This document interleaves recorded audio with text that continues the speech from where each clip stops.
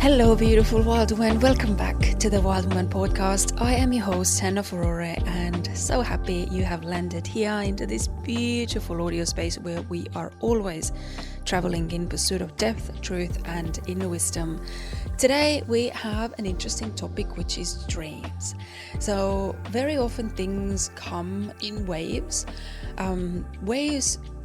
What I mean by that is there's sometimes these repetitive questions or keywords or topics or this vibe in the air that creates this wave of certain journeys starting, certain energy kind of been more at the forefront. And lately, most definitely, I have been thinking more about dreams. I have been seeing a lot of very vivid dreams, and also I have received questions about dreams. And very often what do I get asked is this very simple question: do you think dreams mean anything? And instead of giving you only this very boring answer saying, well, it depends, what I thought is actually maybe much more adventurous, much more helpful, and much more interesting is for me to tell you a little bit more about my own journey with dreams. Because by the end of the day, anyone can give you advice. Is like, oh, Google, if you saw a crazy dream about swimming and then driving and then hopping down the waterfall and then flying on top of the eagles with the eagles, then there was a rainbow in the sky, then there was colorful field of flowers, then you had a cup of coffee somewhere, then there were a lot of books there, you were writing something, and then you were somewhere where it feels like it was childhood home, but you weren't, it was somewhere else actually. You saw a lot of people. So which symbol there are you looking up, and which one of them is more important than not? Very often dreams are this like just a big pool of everything. There's so much going on there. And yes, exactly what is that you would look up from a dream meaning book or Google if this is going on. So in that sense, there is no definitive answer that, oh, if you see a cup of coffee in a dream, is that what it means? It depends on you and your context. But hearing maybe someone else kind of dissect a little bit and take it apart, how dreams have been guiding me in my life, because they have been guiding me massively. Maybe that helps you to understand yourself a little bit better as well, because someone else's stories sometimes can give a bit of a reflective wisdom there, or also understanding to what to pay attention to. For example, lately one of my clients messaged me on Instagram and asked me, do you think dreams are like symbolic of things? And first thing I said to this lady was like, well, tune into how you were feeling in those dreams. And these can be very reflective of like what is going on and what they're trying to tell you.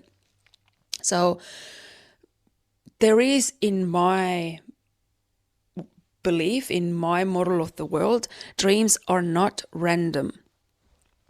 I am not thinking or believing maybe that every single dream that just comes and goes, or these random visions of things, are extremely symbolic and important and guiding you and wanting to tell you something every single night, because we do have a unconscious mind that just speaks in symbols and also uses this rest time, sleep time, to also just organize and settle the brain and maybe playing through some events that happen throughout the day, or what you've been thinking, or what someone else told you about.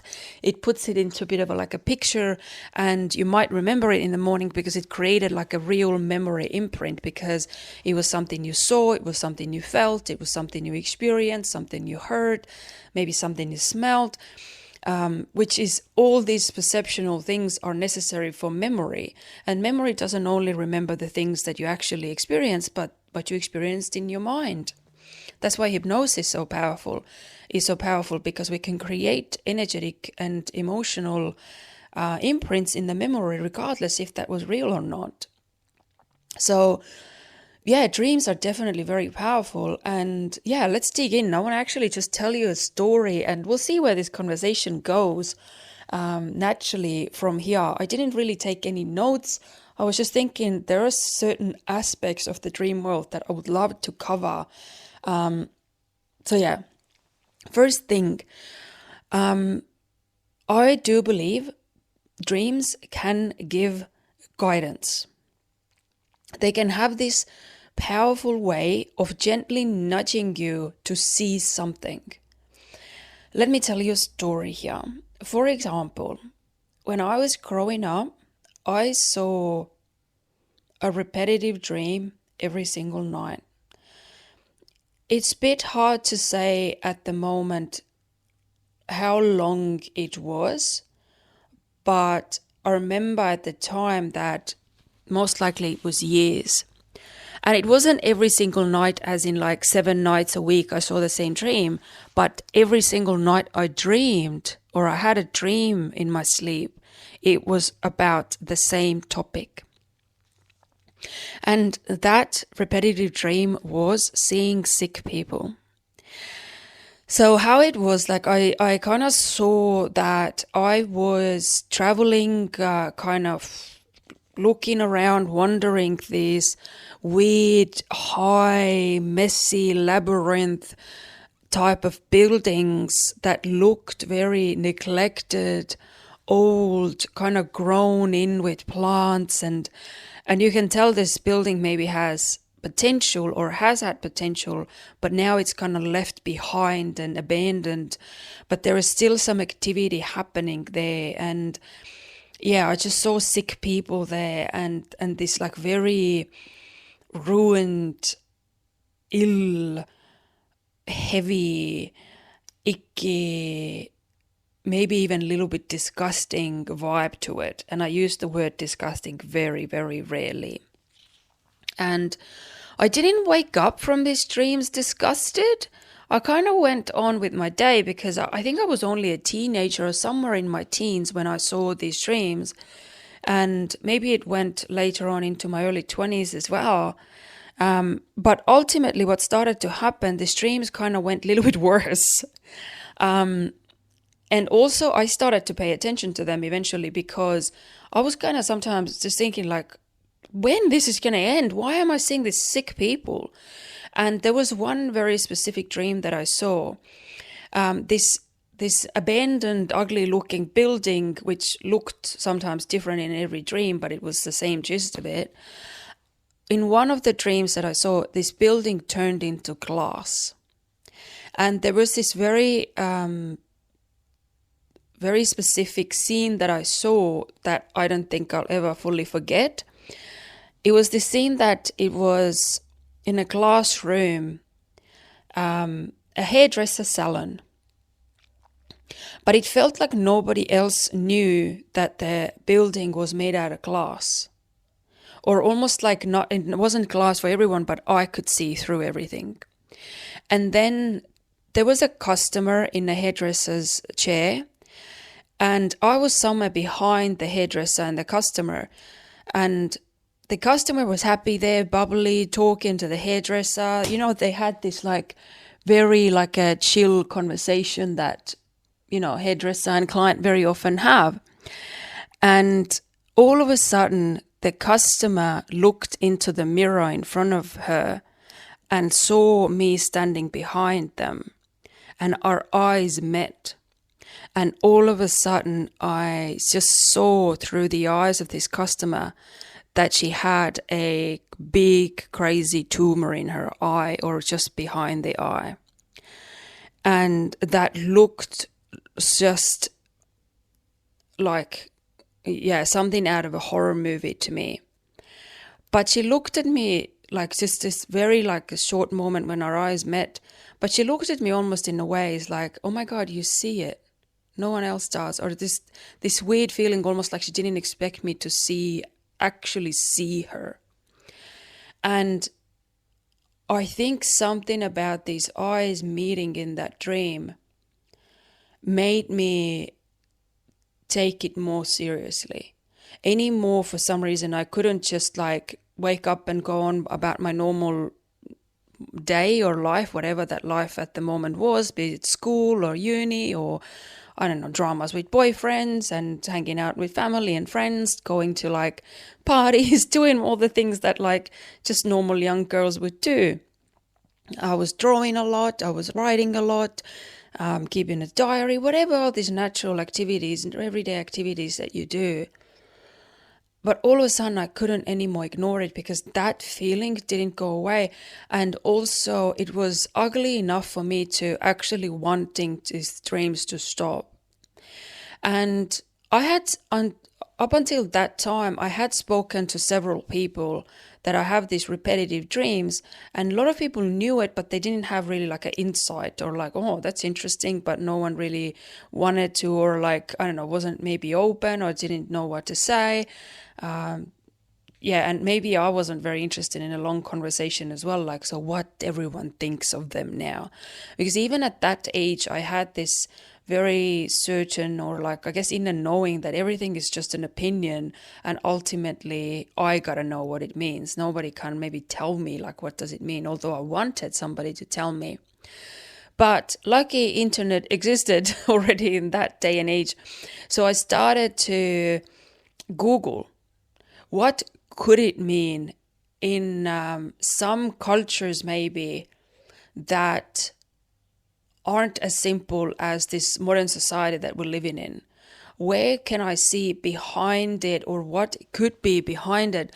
Where can I see something outside of the box that could not pop into my own consciousness just randomly, so sitting down and thinking about it? Sometimes you need this outside bit of a push or a hint or a keyword, or stumble upon some sort of piece of information that all of a sudden expands your reality and feels like truth.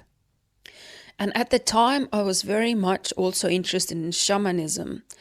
Again, one of those words that I just knew I connected to, but I didn't really know like I guess who they are, or am I it, or like I never would have thought I am it, but like what was the call there? I wouldn't know at this stage. But I started looking into from this angle, shamanism and dreams of sick people and repetitive dreams. And somewhere I found this piece of information. I think it was on the internet, because I read through like some articles, and there was this article that said that in some cultures, or like maybe in ancient times, shamans used to get their calling through dreams and through seeing sick people in their dreams. And once they answer that call, these dreams will stop. And also there was a bit of a cautionary vibe to it written as well.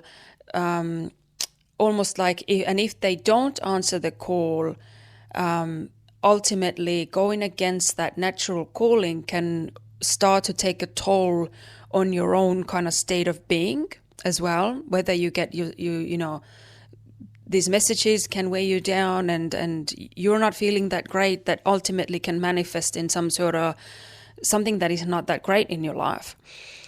And I wasn't scared at the time, like, although I didn't like the idea of like, okay, if you ignore sick people, you will get sick. Like, what?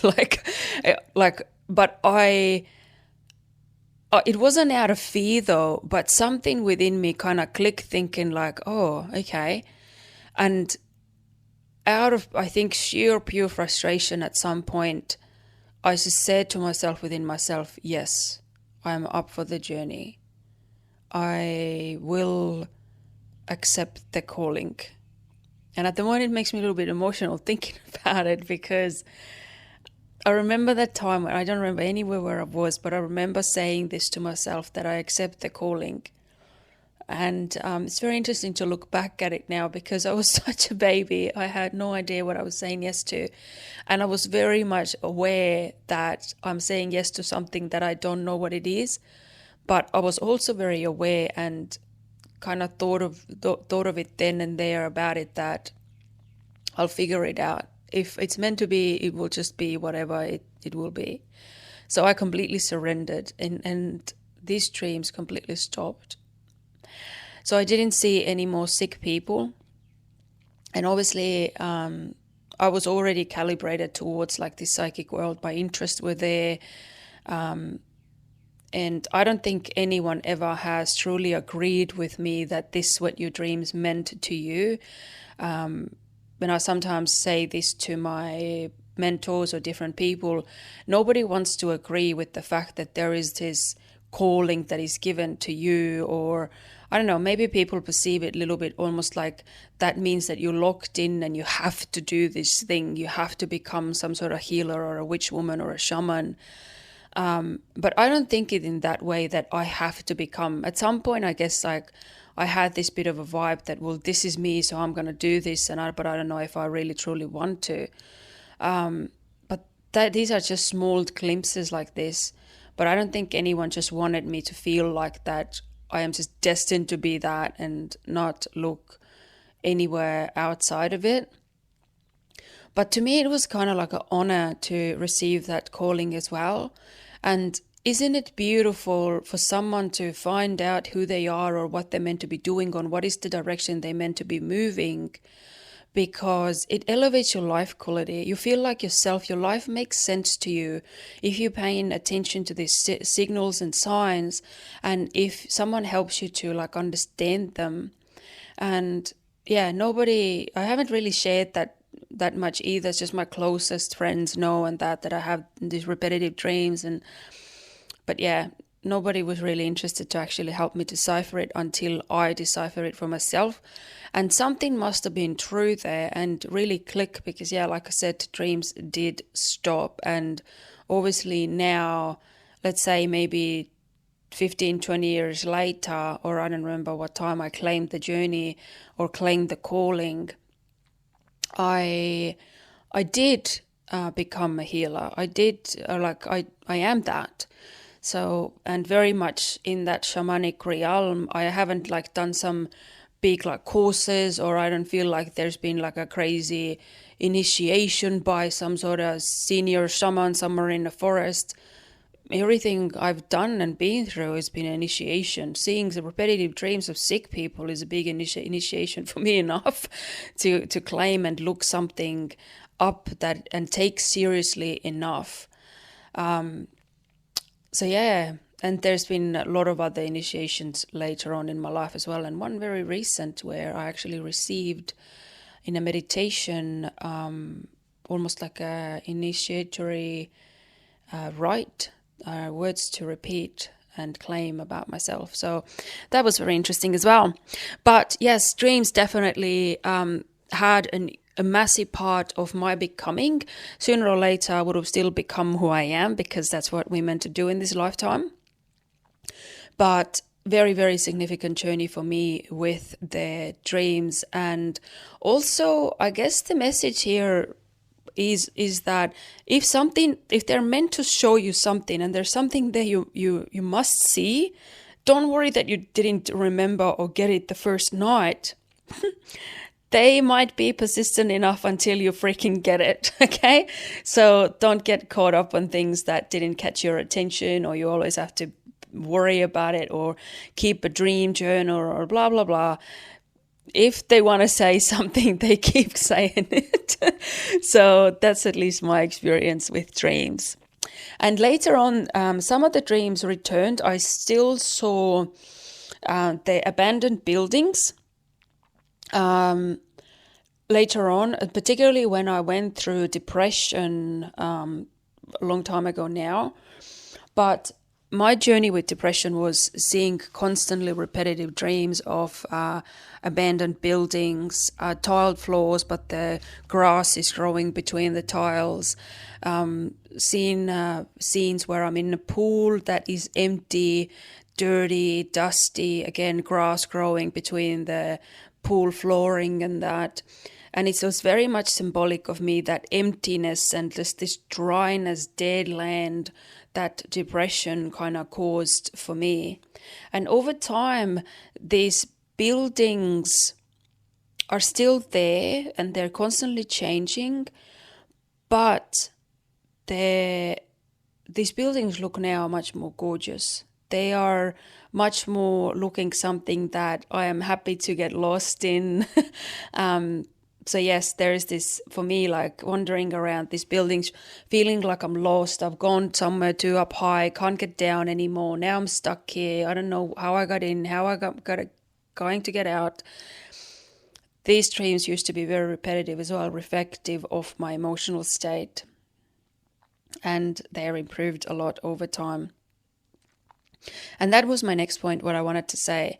Reflective dreams of how you are feeling yourself. These are very important to pay attention, because they might actually carry some sort of message to you. Like if you feel like repetitively throughout your nights and moments when you dream, like something is not right, and it's constant and repetitive, and it's happening, and you remember the feeling in your body when you wake up, I would say, and again, it's not like pure truth and nothing but the truth, it's just a perspective, and based on also my experience as a coach, experience as a human with myself, that it can be reflective of some sort of suppressed emotion that you might not be conscious of throughout the awakened state, throughout your daytime time.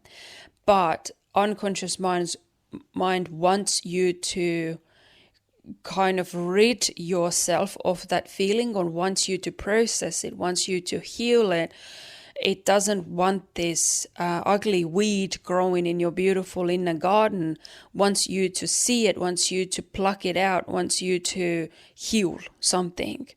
And it asks your attention with these dreams, or just purely you just see it all the time and feel through these things because you are not willing to process it in awakened state.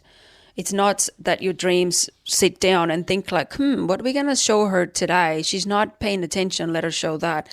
It's an automatic process that just happens. And as a master neurolinguistics practitioner, I can also make some pretty certain, maybe not, I don't know if claim it, but like form an opinion based on how our brain works as well, that our unconscious mind wants to always strive towards, I guess, wholeness, towards healing, it knows what bothers it and wants this density and ugly energy to be released. And sometimes our dreams won't leave us alone then. And I have a feeling there's also some sort of theory can be made that sometimes people like maybe can't sleep because they rather not sleep, right? It's like, they're tired and agitated throughout the day and angry and frustrated that they can't sleep throughout the night.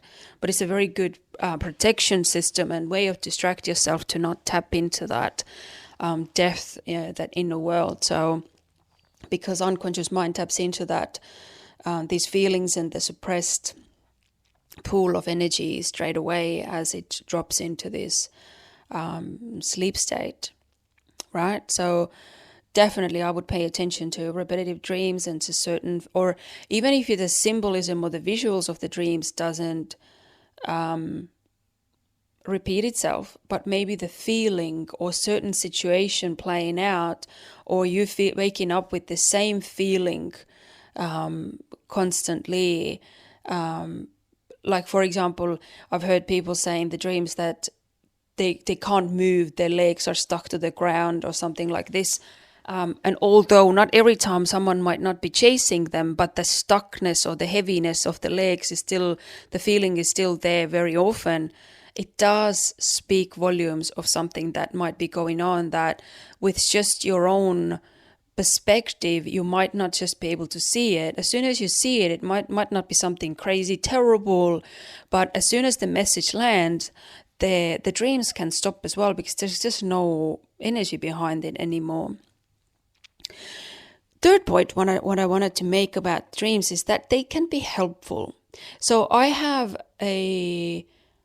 another kind of dream that every now and then visits me. And this is a helpful dream that I have been shown something, and I wake up in the morning and all of a sudden I'm like, now I know how this feels, or now I know how I can do this, or now I know how to think of that. And I'm always very grateful. And instead of saying some here like extremely personal experiences of what type of experiences I've had in my dreams that I never actually had in reality, I'll tell you like a very maybe relatable fear story. Fear of flying and fear of airplanes and long distance flights is something that I as a coach very often work with. Mainly I work with things that just everyday, like emotions, feelings, past wounds, trauma, all of that. But when it comes to like these common fears that, people meet in their life, fear of flying is one of them. And I had that fear of flying. I don't feel very comfortable flying. I feel like as a humanity, I don't know if we actually should feel extremely comfortable, or is it like a realistic expectations that we are very comfortable flying? I'm not sure it is. I know a lot of people love it and enjoy it. I myself, like, I can tolerate it. And so if I want to travel, I guess I can, but I'd rather not in a way. But there was a time when I was crazy scared about flying. And that was a time when I came to an end to my 2 years of backpacking in Australia. And at the time, you could only do 2 years. These years came to an end, so I had to travel back. And I was thinking the whole time, like, oh my gosh, somehow I made it here from Estonia to Australia, but I have no idea how I'm going to fly back because flying was horrific. And at the time, I didn't know I was suffering from motion sickness. And in Estonia, there is zero medication for motion sickness available. So, I felt like a rag doll on a plane coming here, and I couldn't lift my head up. I felt like I was just honestly not even a shell of a woman anymore. I was shattered once I got here. And I actually was thinking, like, I don't know how I'm going to be able to go back. So 2 years of living in Australia, I was worrying about how I'm going to get back. Eventually that time came, and I was meant to fly to Phuket, Thailand, from Thailand to Moscow, from Moscow to Tallinn, Estonia. And I was so terrified of the flights. And at some point, I think it was one of the last nights I had before I left for Thailand, I had a dream that I saw myself flying through the air, that I was still in a plane, but I was given this vision and this feeling that visualized this, that you're gliding, beautifully gliding, almost like, like a bird flies. It doesn't go like a straight arrow through the wind. It kind of glides up and down and rides on that wind and constantly bouncing up and down. And I was given that feeling, visualize that plane beautifully just gliding through the air and let it move with you, so you don't feel like you have to be just, oh my God, someone please stop the plane. Just glide with it. Get into this rhythm of this, like, yep, we're bouncing, we're moving. It's a moving thing, and it's like the air lifts it up. And I don't know, something about that feeling. All of a sudden, I was like, yep, let's do this. And I don't know, ever since, like, it's not as crazy impossible for me to go on a plane.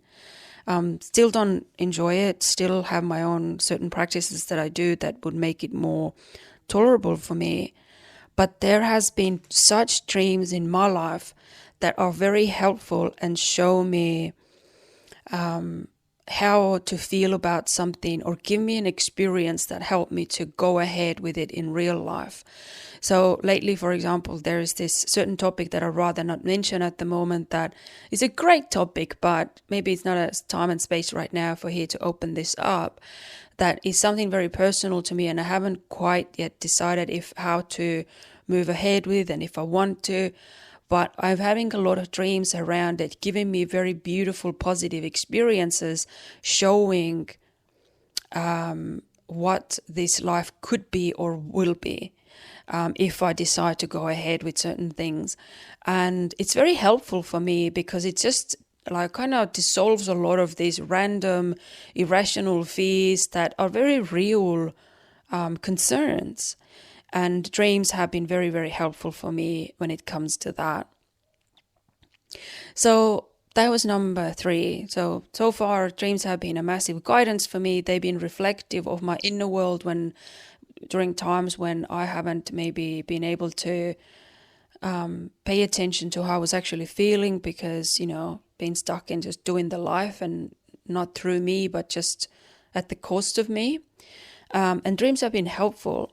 And obviously dreams are very symbolic also, as in like helping you to decipher, getting to know something about yourself as well.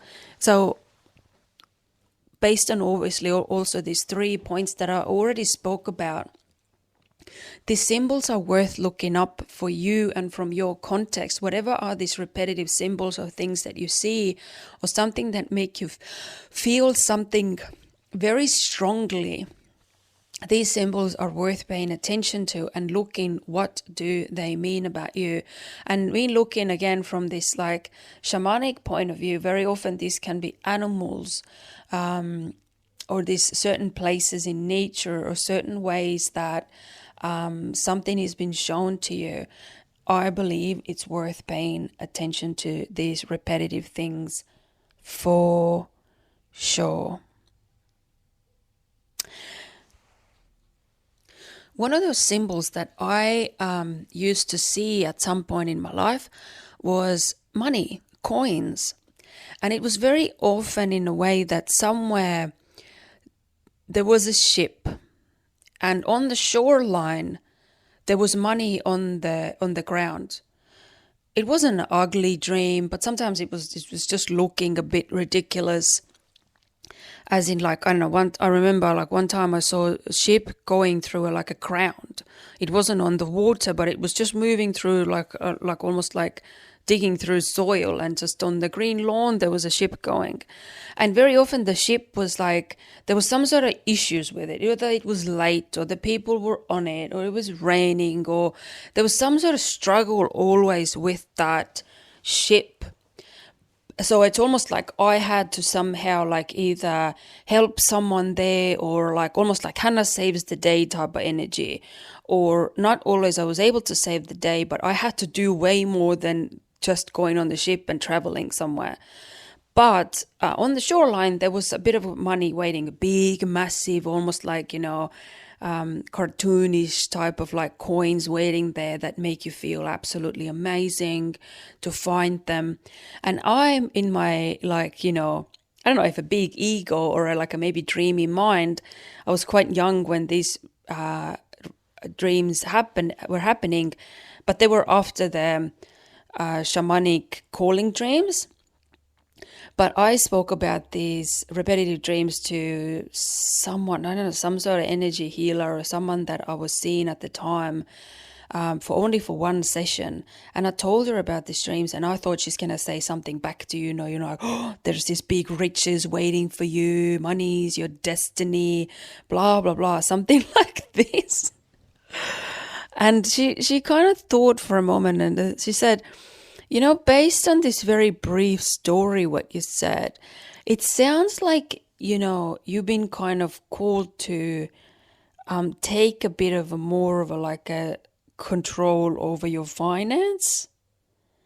And I was like, oh, this is the least sexy answer you want to hear. This is the boring answer. This is the answer that you don't want to hear, that, oh, I'm going to have to do something now. You want to hear that, oh, this is happening. You're going to find a hidden treasure from somewhere at the end of the rainbow. Something great is going to happen to you, but you don't have to do anything for it. But then I actually took it very seriously, what she said. And what I started doing is saving money, and started thinking about very seriously about topic of money, and seeing certain patterns of money mindset nowadays is a huge thing. It's this new school of thought, almost what coaches specialize in, and books have been written about the energy of the money, the manifestation of it. It's a very big industry for money mindset. And I started diving into it, but not through some sort of external sources, as I wasn't listening podcasts about it or reading books or whatever. I started just paying attention how I was going around with money. I bought myself a wallet because I was kind of thinking, well, money wants a place to be, to live, to come to land, to be held in, instead of just it kind of stuffing it into every random pocket. Because at some point, I think all the times I had a phone that was kind of like a phone wallet, like there was a card pocket to it, and as one of those like leathery looking phone holders. Later on, I just started using a normal back cover of a phone, so I didn't have a place anymore for my money or my cards. They were just everywhere, and I was thinking, well, that's not very helpful when it comes to taking charge of your financials. So I remember with the little money I had at the time, I bought myself a very gorgeous leather, locally made wallet, and started paying attention how I was handling my money, how I was thinking about it. And I remember the feeling in my body when I all of a sudden realized that just from my little wage, I think I was working as a chef at the time, and not a full time either. I started putting money aside, and I remember how it felt like, oh my gosh, I have like $600 on my account right now. This is like beyond. I felt so good. I remember that when I realized this, and I was thinking it took me only like such a short amount of time to put this money aside. And I was walking across the street in my hometown at the time, and I just felt like, oh, wow, what is this life? What are the possibilities? I have money in my bank account.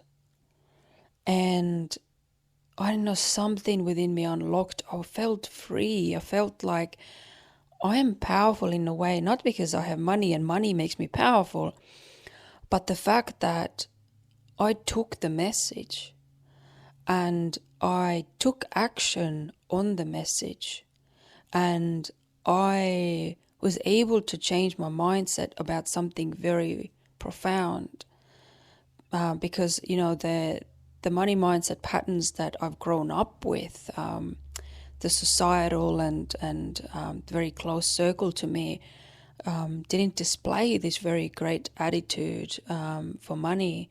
Money was always source of some sort of problems and issues and fights and shame, so much shame. And all of a sudden that started to shift. Thanks to these dreams, thanks to me saying this to someone and someone helping me to see past just like the shiny coins, but actually to the message, and me being open enough, willing enough to put my hurt ego aside and start paying attention to it. So that was very, very significant change for me, thanks to the dreams as well. Other thing that comes to my mind when it comes to dreams is that was more recent, maybe like a couple of years ago or something. There was this short phase of time where almost every time when I went to sleep, I saw almost like I was being taught something. And that might sound a bit crazy to some of you, but it's true. And it was like almost like sitting in a classroom, and I was taught certain things about nutrition and how energy works and all these things. And at some point I was a bit grateful over it, because I was thinking, oh, that was interesting. We spoke about all these things. And sometimes my dreams are very real as well, kind of saying like, Hannah, take a little break from eating that much meat. Or Hannah, take a little break from drinking so much, I don't know, orange juice or whatever it is. Sometimes these very simple messages come in. So when this whole big teaching session started, I didn't think a lot of it. I was just like, oh, lucky me, like close my eyes and then it starts. But also sometimes it was a bit like, I don't know, it's a bit much, or like, why am I involved in this? And I started to again like look up, and turns out there are these actual communities of people who speak about night school. And it's not a night school as in like, I'm an adult, I finish, I don't know, high school, doing some sort of late night classes that in Estonia, for example, is called, I think, like evening school or night school or whatever. But night school, as it happens through another level of consciousness through your sleep at the night. And I didn't read up a lot about it because for some reason it felt a bit of like an icky feeling in my body when I found this. But it looked and sounded a lot like the dreams I had been having.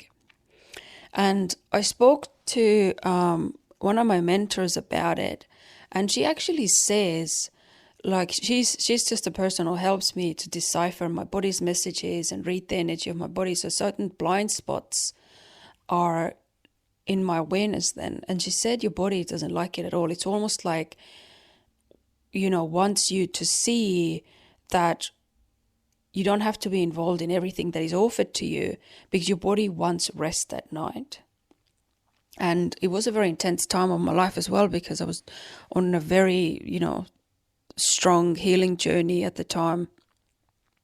And so many things were changing all the time. My energy was changing all the time. And although all the changes were positive, they were still intense, and it takes a lot of energy from your body. And what I did after this session with my mentor, I actually told myself I'm done with it. When I go to bed, I want to sleep. I want some rest. I want to be held in a nice, kind energy.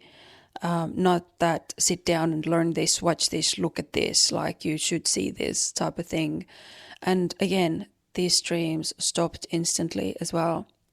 So how I want to wrap up this episode with you, dear wild woman, is that don't ever forget that you are in charge.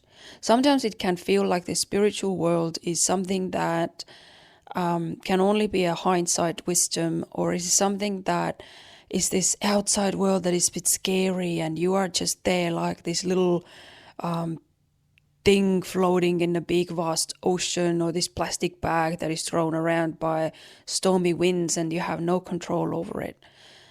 Very often this what it actually called from us is for us to see what we can do, what our words are worth, and for us to decide something for ourselves.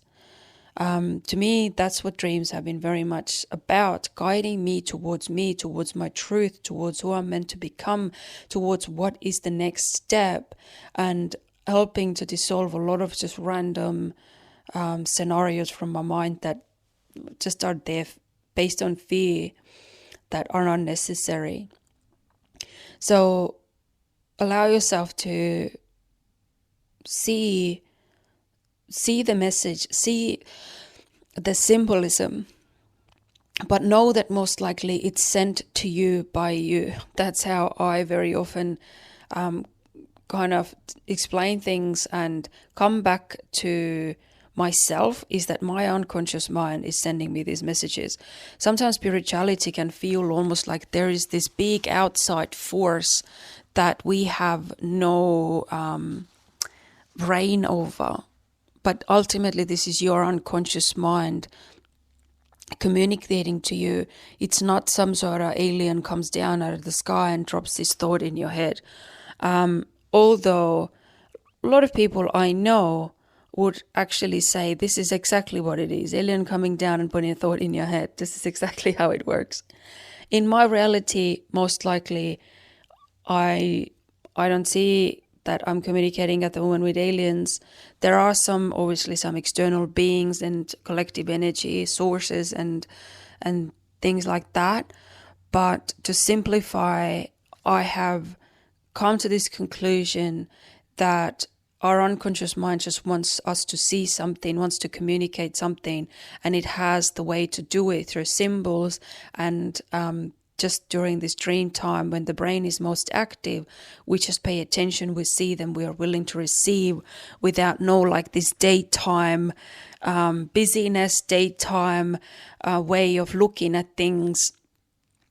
And almost like is this involuntary way of stream of communication that we don't have a choice when it's happening, but we definitely have a choice to choose, saying look, I don't want this to happen, please stop, or I'm not willing to receive message like this, show me another way. I want to receive guidance in this, can you please show me? This is, in my opinion, available, but claim your right to be in charge of those things as well. Otherwise, like I said, spirituality can just look or feel something that is just this scary outside world that you don't know where to look for. Think of it, dreams is mainly from you to you.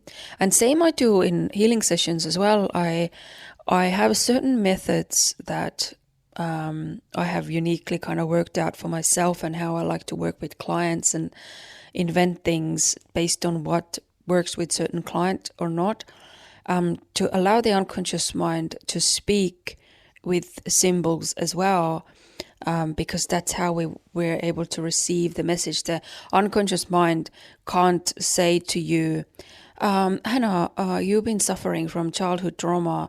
It happened when you were 7 years old. Do you remember this is when this happened, and this is when that person told you that, and you were hurt, and then you were crying, and since then you shut your heart down and you started secretly a little bit hating yourself. Do you see how this is playing out in your life now? Oh, beautiful, good. Okay, it's time to let that go. Boom, done. Thanks. That's not how it works. Your unconscious mind can show you a picture of something that is a ball or a blue sky or a girl standing in the middle of a vast green field. It can be something so random. It takes a bit of a skillful coach or a mentor or a eye or an ear to help you get to the root of the things, what these things mean, and understanding what your unconscious wants to tell you. So yes, I feel complete, I think. I hope that gave you a bit of an idea of what dreams, I guess, could be, and maybe it was interesting just to listen it anyway. So yes, I'm not a person to tell you this is what they mean, period. No negotiation. It depends on the context. And obviously, if you'd like some help deciphering certain messages, get in touch. If you're after some healing, get in touch. Thank you so much for listening for this episode. I hope you enjoyed it, and leave a comment if you did. And if you haven't, please leave a review as well, or a 5-star rating. That helps so much me to create more, and the podcast also being seen by others as well. Let's bring more women into this wild woman life. The more we claim ourselves and our own quirky ways of life, the more ease and flow and acceptance and love and peace we find in our bodies, in our lives, in our dreams, and in our sleep as well. So very grateful for you. Thank you so much, beauties. I'll be back soon with another episode. Much love to you all.